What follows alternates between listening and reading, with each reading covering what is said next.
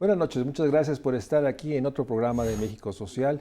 Hoy me da mucho gusto recibir aquí en el estudio al doctor José Barrientos, amigo, profesor de la Universidad de Sevilla, y que con él hemos hablado de esta dimensión profunda, yo diría vital, que puede tener la filosofía, de ser una manera de no solo de ser, existir, sino realmente de construir un pensamiento crítico, transformador, que nos permita comprender y entender. Pero lo más interesante que José está haciendo últimamente es ese pensamiento filosófico. Puede ser muy importante, sobre todo para un país donde la pobreza infantil es mayor. Ustedes lo saben, 40 millones de niños en nuestro país y de ellos 6 de cada 10, cifras que deberían estremecernos, viven en pobreza. Por eso hemos dicho que la pobreza en nuestro país tiene rostro de infancia. Por eso, José, qué gusto verte aquí en el estudio después del Zoom. Platícanos, porque realmente es muy, deja ponerlo así, desafiante y audaz decir que la filosofía puede ser un instrumento para fortalecer, deja ponerlo así, la capacidad de los niños, niñas, adolescentes para poder enfrentar su realidad. ¿Cómo nos podrías llevar a esta idea, yo diría, poderosa pero necesaria? Pues encantado en primer lugar de estar aquí, de verte en carne y hueso, sobre todo en esta época que hemos pasado complicada. Y efectivamente, la filosofía puede ayudar a la infancia y no es algo que nosotros estemos inventando, sino que hay autores, por ejemplo, Walter Benjamin, que ya a principios del siglo XX tenía un programa de radio en donde intentaba desarrollar las capacidades de pensamiento crítico con niños y con jóvenes. De hecho, hay un libro publicado que es Radio Benjamin. Pero hay otros autores que han trabajado, por ejemplo, Foucault dentro de prisión y tuvo un grupo de información de las prisiones trabajando con ellos. Con lo cual tampoco es un invento que nosotros tengamos, pero efectivamente es algo que intentamos incorporar en la forma de trabajo nuestro. ¿Y qué hacemos? Intentar desarrollar capacidades de pensamiento crítico, capacidades de pensamiento creativo y también el cuidado entre los propios niños y los jóvenes. Cuando hablo de niños hablo de 3 a 18 años. Y también las capacidades de ser ellos mismos, de tener su propia existencia, su propia autonomía, y para eso lo primero que tienen que aprender es tener capacidades de pensamiento crítico para que sean ellos los que desarrollan su propia existencia y que no sea una ideología del sistema las que termina generando su propio sistema o sus propias emociones. Déjame interrumpirte y complejizando, porque si algo hemos vivido todos los que tenemos contacto con niños, adolescentes, jóvenes, es lograr la capacidad de escucha y de diálogo, porque muchas veces uno se enfrenta a que esa barrera real, no solo generacional, en términos de la comunicación. Entonces, aunque comparto contigo la enorme importancia de poder introducir, construir identidades de pensamiento crítico, capaces de razonar su realidad y sobre todo transformarla, el tema es cómo enfrentar esta enorme realidad pues de los, digamos, los códigos de comunicación que no son tan fáciles entre las poblaciones adultas y las poblaciones de la infancia. Yo creo que lo primero es plantearnos que hay una diferencia entre comunicar como un aspecto de comunión, de una cercanía, y contactar. Estamos muy acostumbrados a transmitir información, pero cuando uno transmite una información a una segunda persona y esa segunda nos la transmite a nosotros, no hay una auténtica conexión entre los sujetos. Creo que el gran desafío que tenemos en la contemporaneidad es precisamente generar esta comunicación que genera esta comunión entre los sujetos. Y hay autores dentro de la filosofía, Martin Buber, Habermas, que precisamente se plantean este gran desafío. El desafío hoy probablemente no sea transmitir información, sino sea poner en contacto a sujetos y, como dice otro filósofo, ampliar los entornos comunicativos de comunión entre los propios sujetos. Es uno de los grandes problemas pero que estamos teniendo a nivel internacional, porque yo estoy ahora mismo aquí en México, pero no es necesario que esté en México para que me comunique con otro sujeto. Eso está dando lugar que dentro de un propio país hay relaciones que pueden ser positivas, negativas o inclusive conflictivos. Y en ese sentido yo creo que autores, como decía antes, como Martin Buber, que trabajan lo que significa un diálogo auténtico, con una serie de características, creo que son los que tenemos que recuperar y los que en los talleres estamos intentando recuperar. Ahora, uno de los temas, yo diría, nuevamente desafiante, es que, no sé en España, pero el tema del estudio de la filosofía o el aprendizaje, o sea, es algo que se ve para algunos en la Facultad de Filosofía en el caso de la UNAM o en otros. O sea, no es algo que está interiorizado, digamos, en este aprendizaje, digamos, educación básica, como decimos en México. Es algo tardío, o sea, tenemos una enorme realidad en un país donde tenemos casi 30 millones de niños en escuelas, casi 2 millones de maestros, y interiorizar que los profesores, que digamos es el segundo contacto después de los hogares, adquieran estas habilidades es un desafío enorme. No sé hasta dónde estos talleres que ustedes están llevando.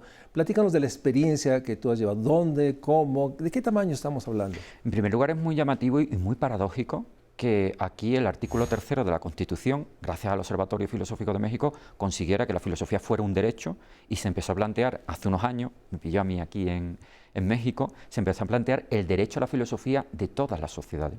La cuestión es cómo lo concretamos, y lo que creo que el gran desafío que tiene México es concretarlo, porque al final uno viene años después y no termina de ver esa concreción. Sí es verdad que hay actividades que se están haciendo de filosofía para niños, la Federación Mexicana de Filosofía para Niños lo está haciendo, y en ese sentido se están formando a maestros para que primero desarrollen ellos esas capacidades de pensamiento crítico, creativo y cuidadoso, y luego lo estén llevando a ciertos lugares. Hay escuelas específicas que están desarrollando esas capacidades entre los niños y los jóvenes, pero es cierto que son puntuales, no está institucionalizada la cuestión. Nosotros lo que intentamos es no solo trabajar con maestros de escuela, sino también en contextos de exclusión social. Yo he estado en casas hogar, aquí en México. En Sevilla estamos trabajando hemos trabajado antes de la pandemia en el barrio de las 3.000 viviendas, que es el barrio más pobre no solo de Sevilla, sino lamentablemente de toda España. Y lo que intentamos desarrollar precisamente es estas cuestiones para conseguir que los niños no acaben en una prisión. El año pasado hablábamos del tema de la prisión. Es como un proyecto que lo que intenta es que los niños no acaben dentro de la prisión, y lo que yo estoy haciendo precisamente en la Universidad de Sevilla es formar a mis alumnos desde una perspectiva teórica en cómo se hacen estos talleres, y luego hay una parte práctica en donde ellos están haciendo efectivamente los talleres dentro de prisión o dentro directamente con estos colectivos. Y bueno, y estamos obteniendo resultados interesantes. Todavía no tenemos datos cuantitativos con niños, si los tenemos dentro de prisión, pero sí es verdad que están habiendo cambios. Lo que pasa es que estamos empezando desde abajo. La idea sería que ese ir desde abajo termine promoviendo un cambio dentro de las propias instituciones educativas. Pero sí hay una cosa interesante, Mario, y es el gran interés que hay de estos temas fuera del campo filosófico. Yo diría que casi que más que dentro del propio campo filosófico. A veces las propias academias y universidades plantean que llevar la filosofía a la calle es una degradación de la filosofía, no todos los filósofos, pero algunos filósofos y filósofas sí. Y sin embargo, cuando se le explican estos proyectos a gente que están trabajando en ámbitos sociales, a trabajadores sociales, antropólogos y demás, lo perciben como algo muy interesante, y de hecho en nuestros propios equipos nosotros no solo estamos formando a filósofos y filósofas para que hagan los talleres, sino que estamos formando a trabajadores sociales, educadores sociales, antropólogos, psicólogos, y son ellos mismos los que están haciendo los talleres.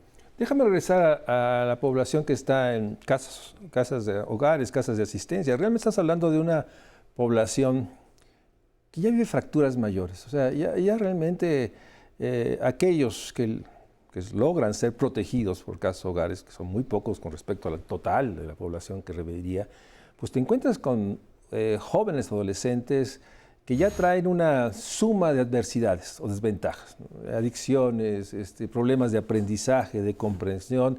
Muchos viven historias de violencia enormes que erosionan su capacidad, todas las capacidades. O sea, y por eso suena sumamente paradójico. Sí, claro, hay que incorporar nuevas maneras de tratar de fortalecer o recuperar autonomías y capacidades. Pero cuando te encuentras con jóvenes tan fracturados, tan debilitados, es un proceso que, en el caso mexicano, no tenemos esas casas hogares que restauren capacidades, generen autonomía y ahora incorpora. Entonces, platícanos la experiencia de estas casas? O sea, ¿cuál fue tu balance más allá de lo cuantitativo? Fíjate, te voy a contar un caso específico que es uno de los que a mí más me llama la atención en la línea de lo que estás contando.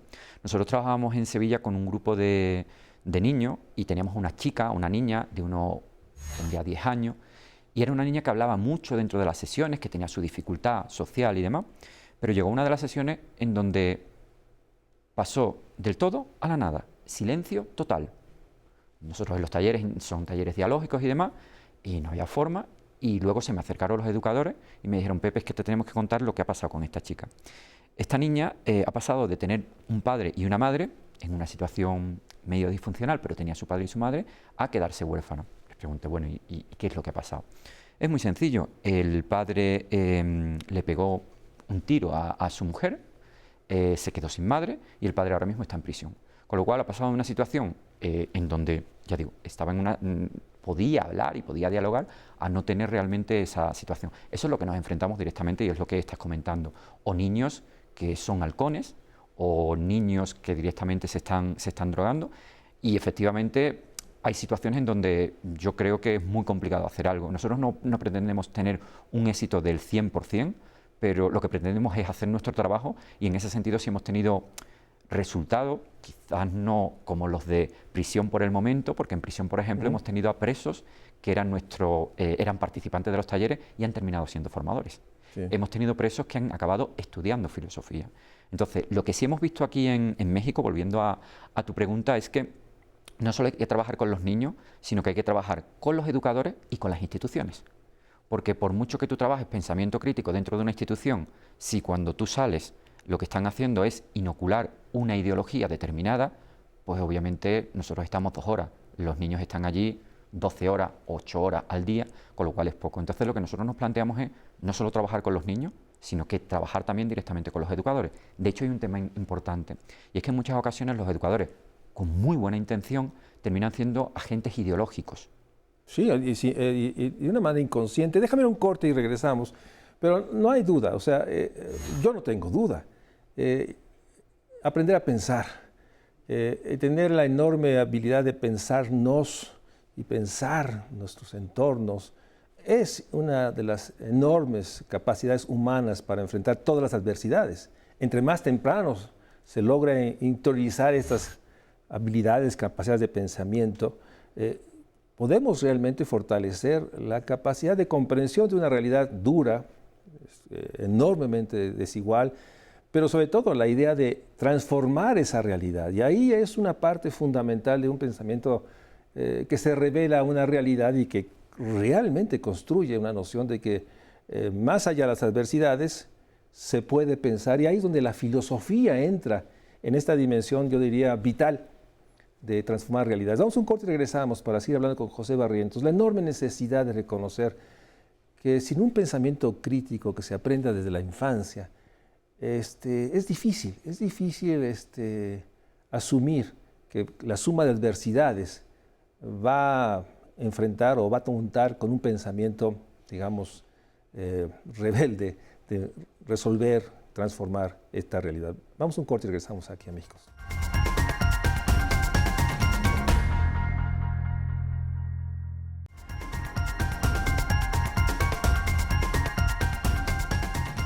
Estamos aquí en México Social platicando con el doctor José Barrientos, amigo, profesor de Sevilla, de algo que sin duda puede sonar para todos, el público, no solo audaz, sino raya casi en un planteamiento, digamos, más de deseo que posibilidades. Por eso me interesa saber un poco la historia de este planteamiento, o sea, ¿cuánto tiempo llevan trabajando en España? ¿Hay materiales? ¿Hay una red? O sea, ¿cómo podría alguien que pudiera tener una gran curiosidad de cómo se formulan esos talleres y si esto está en línea? O sea, ¿cómo podrías, digamos, sociabilizar los materiales, experiencias, y cómo podría alguien buscar, digamos, acercarse a esta iniciativa? A ver, nosotros estamos trabajando desde hace 22 años, empezamos a trabajar en consultoría filosófica y con grupos que no estaban en riesgo de exclusión social. Y luego, poco a poco, sobre todo hace 12 años, empezamos a trabajar con grupos en riesgo de exclusión social, con niños, con jóvenes, con mujeres en situación que habían sufrido violencia de género. Pero efectivamente la filosofía para niños es un campo que está muy desarrollado también aquí en México. Por ejemplo, Eugenio Echeverría en Chiapas pues ha trabajado mucho. Hay una federación, la Federación Mexicana de Filosofía para Niños. Hay un grupo aquí, CECAFI, inclusive que trabaja en la propia Ciudad de México. Y bueno, nosotros también estamos haciendo talleres, de hecho yo empiezo ahora en septiembre, cursos gratuitos por la Universidad de Sevilla, cursos online de pensamiento crítico, que pueden ser, que van para voluntarios y cooperantes y que estén en estas instituciones directamente, ¿no? Entonces, pues tenemos un proyecto que se llama CRINEIM, con su página web, crineim.net, y Proyecto Boecio pues también tiene su propia página web, se puede buscar Proyecto Boecio, o bueno, directamente pues pueden buscar mi nombre, José Barrientos Rastrojo, y estamos localizados los profesores de universidad directamente a través de redes. Y efectivamente yo creo que es crucial no solo la gente de filosofía, sino las personas que estén interesadas en cooperación y que estén interesadas en voluntariado, en desarrollar sus capacidades y en ser rebeldes, ¿no? Planteabas tú antes la idea de la rebeldía. Hay un autor, Albert Camus, que tiene un libro que se llama El hombre rebelde, y el hombre rebelde precisamente es aquel que construye su propia vida frente a aquello que le han dicho que tiene que ser su propia existencia. Yo creo que el pensamiento crítico ayuda a generar sujetos rebeldes, y creo que por ahí es por donde nosotros tenemos que ir, siendo rebeldes, siendo conscientes de cómo a nosotros nos están manipulando, y estos elementos, o por ejemplo, yo últimamente he publicado, el año pasado, ¿no?, un libro que se llama Hambre de Filosofía, haciendo un juego con hambre y con filosofía, donde precisamente en este libro Hambre de Filosofía explico pues cómo la filosofía está trabajando con niños, con casos específicos. Es un libro de divulgación filosófica, no es un libro para filósofos y filósofas, aunque también lo pueden leer, sino que es un libro que lo que pretende, la editora lo que quería, es que cualquier persona que no tuviera conocimiento filosófico descubriera esto que estamos diciendo, que la filosofía no es algo que es aburrido, sino es algo que necesitamos todos los sujetos, estemos en el contexto en el cual nosotros estemos. Entonces, Hambre de Filosofía pues explica desde la situación, ejemplos de aquí de México, donde yo me encontraba a alguien tirado por la calle que estaba falleciendo, o trabajos también que hemos hecho aquí en Casas Hogar, y puede dar un poco también, puede ilustrar a aquel que esté interesado y pueda ampliar estos temas que nosotros estamos trabajando. Entonces, tanto en estas instituciones como en el caso nuestro, en la Universidad de Sevilla, como en CRINEIM o en Boecio, o buscándome por redes sociales, si alguien tuviera alguna duda, pues estoy en Facebook, Instagram y Twitter, pues podemos hablar directamente por ahí. Ahora, ¿cómo has pensado esta desafiante realidad de una nueva dimensión social que se construye desde la pandemia, pero también la transformación de todos los entornos? Hay dos cuestiones, filosofía para niños y filosofía aplicada se ha adaptado muy bien a la pandemia, y me explico con casos específicos. A raíz de la pandemia se han hecho para niños helados filosóficos, en donde era una reunión que se discutía un determinado tema y se le denominaba helado filosófico, chocolate filosófico, ha habido atoles filosóficos, y entonces era a través de una plataforma virtual donde se reunían un conjunto de niños para desarrollar sus propias capacidades. En prisión también, en prisión ha habido algún proyecto, algún grupo que hemos tenido en Argentina que han conseguido meter una televisión dentro de prisión, y hemos hecho directamente los talleres ahí específicamente. Yo te confieso que yo empecé en este proyecto muy humildemente, no tenía grandes aspiraciones de cambiar institucionalmente las sociedades. Tampoco por el momento tengo grandes aspiraciones, pero resulta que la propia sociedad nos lo está demandando. Es decir, en Brasil, por ejemplo, nosotros empezamos en una prisión, en Serra Azul, y con muchas reticencias de los que estaban dentro de prisión, y resulta que después de 6 meses hay una fundación que nos dice que empecemos a trabajar en 9 prisiones, que significa trabajar con 9.000 presos. Yo no sé si nosotros tenemos que hacer algo más allá de hacer bien nuestro trabajo, porque la propia sociedad en muchas ocasiones, por la experiencia nuestra, nos demanda aquello que nosotros estamos haciendo. Es muy interesante trabajar efectivamente, institucionalmente, dentro del planteamiento político, plantearles estas cuestiones y simplemente no decirles que tienen que crear algo, sino simplemente que cumplan con aquello que ellos están diciendo. Porque en todas las legislaciones, uno de los elementos cruciales para generar una buena ciudadanía es decir que tenemos que generar ciudadanos críticos.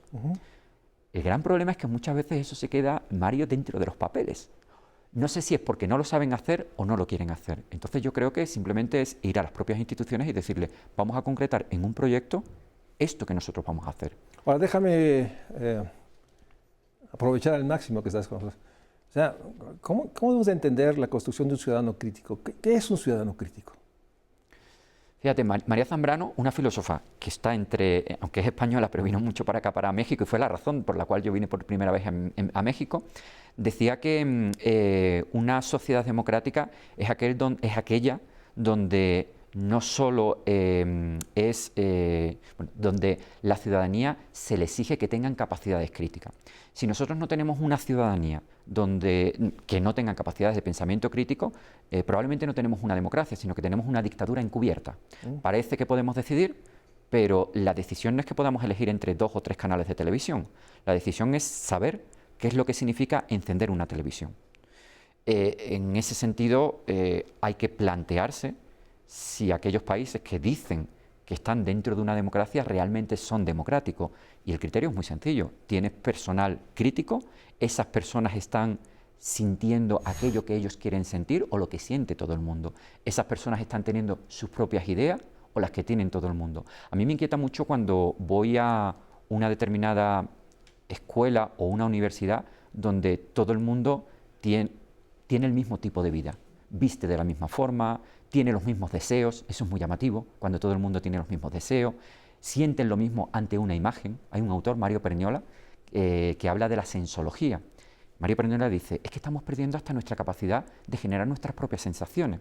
Yo pongo el ejemplo siempre de que si en televisión viéramos ahora mismo una chica en una película que está viendo a través de una ventana lloviendo un domingo por la tarde, yo te preguntaría, Mario, ¿qué sensación es la que se te crearía?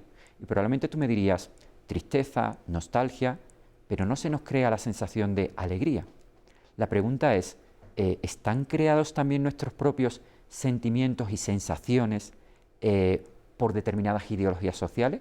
Y si es así, qué peligroso, ¿no? Qué peligroso que cuando nosotros tengamos delante un celular, que nos regalen un celular, estemos muy contentos, y cuando nos digan que tenemos que ir hoy por la tarde a darle de comer a determinadas personas, bueno, pues es un trabajo. O cuando veamos a alguien en la calle que está pidiendo, a lo mejor nos apartemos porque nos dé miedo. ¿Quién ha creado esos sentimientos ante estas imágenes?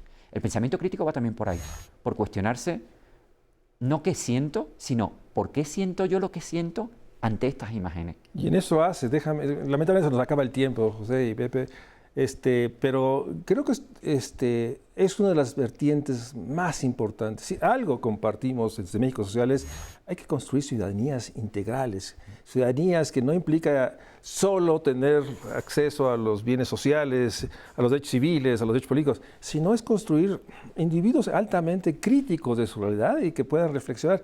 Creo que esa es la aspiración y la visión para fortalecer nuestras democracias, que están enormemente, lo digo, erosionadas, tensionadas, con poco aprecio. Y este proyecto me gustaría que más adelante sigamos platicando, porque es sin duda fundamental. Fundamental es dar cuenta que no es solo un tema de resolver las carencias o dotar a los individuos, sobre todo a los niños, de los mínimos vitales, lo más básico. Es la construcción de un pensamiento crítico, y eso es la filosofía para niños. Y si no logramos construir esta hambre de filosofía, como bien dice el libro de José Barrientos, creo que estamos perdiendo la enorme obligación que tenemos de realmente acercar el pensamiento crítico. José Barrientos, gracias por estar aquí, gracias por estar aquí nuevamente. Espero que estés muchos días y meses aquí. Muchísimas gracias, Mario. Te veo próximamente. Buenas noches.